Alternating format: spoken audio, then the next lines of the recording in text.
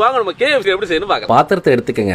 எலும்பு இல்லாத leg piece 5 போட்டுக்கலாம். இஞ்சி பூண்டு பேஸ்ட் 1 டேபிள் ஸ்பூன், அப்புறம் மிளகாய் தூள் 1/2 டேபிள் ஸ்பூன், மிளகுத்தூள் 3/4 table spoon, garam masala 1/2 table spoon, அதோட சோயா சாஸ் 2 டேபிள் ஸ்பூன், அப்புறம் வினிகர் 1 டேபிள் ஸ்பூன், ஒரு எலுமிச்சம்பழ சாறு, கடைசியா தேவையான உப்பு போட்டு பெரட்டி ஒரு அரை மணி நேரம் ஊற வச்சுக்கலாம். ஒரு பாத்திரத்தை எடுத்துக்கலாம். மைதா மாவு 100 கிராம், கார்ன்ஃபிளவர் மாவு 50 கிராம், அப்புறம் மிளகாய் தூள் 1 டேபிள் ஸ்பூன், மிளகுத்தூள் 1 டேபிள் ஸ்பூன், அடுத்து டொமேட்டோ சாஸ் 4 டேபிள் ஸ்பூன், அப்புறம் vinegar 2 table spoon, 1/2 table spoon உப்பு, கடைசியா பச்சை பசும்பால் 1/4 லிட்டர் ஊத்திக்கலாம். எல்லாத்தையும் மிக்ஸ் பண்ணுங்க. இந்த மாதிரி இருக்கணும்.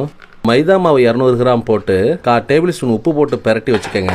அதே போல ஒரு பவுல்ல ஐஸ் வாட்டர் ரெடி பண்ணி வச்சுக்கோங்க. மசாலா சிக்கனை எடுத்து KFC மசாலாவில் முக்கி அதை மைதா மாவுல போட்டு பெரட்டி அப்புறம் அப்படியே ஐஸ் வாட்டர்ல ஒரு 2 செகண்ட் முக்கி திரும்பவும் மைதா மாவுல சுழட்டி பெரட்டி எடுத்துக்கங்க.